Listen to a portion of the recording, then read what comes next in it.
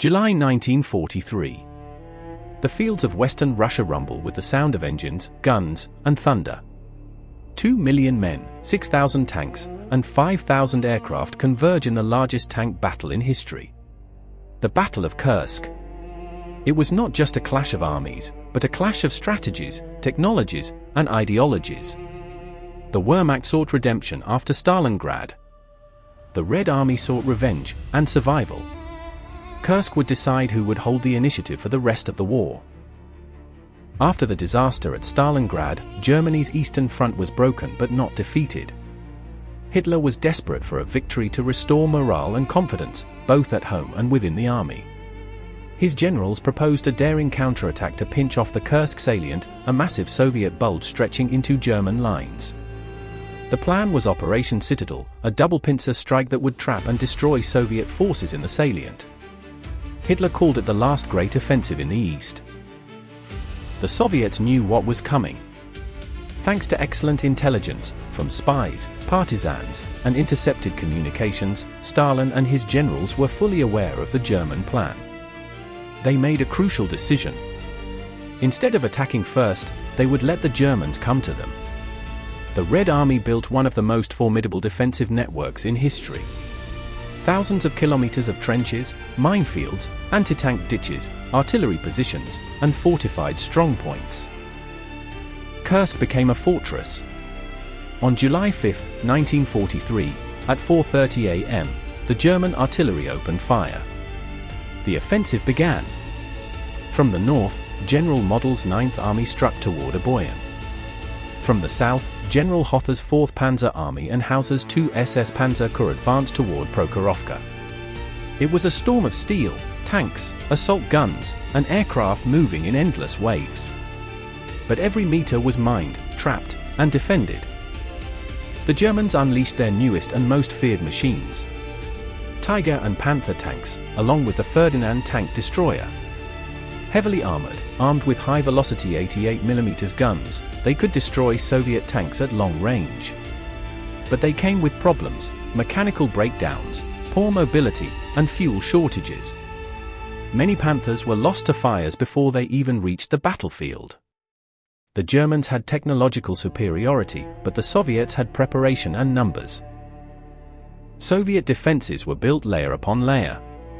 Trenches, bunkers, minefields, and artillery belts. Soviet engineers had planted nearly 500,000 mines in the Kursk sector. The German advance was painfully slow. Tanks bogged down in mud and explosions. Infantry faced constant artillery fire. For every Tiger that advanced, dozens of Soviet anti-tank guns waited. Kursk became a grinder, consuming men and machines alike. Above the battlefield, another war raged. Luftwaffe squadrons clashed with the Soviet Air Force in massive aerial battles.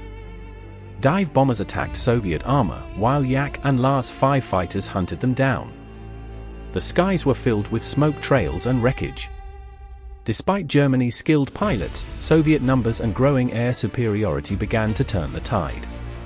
July 12, 1943, the southern front near the small railway station of Prokhorovka.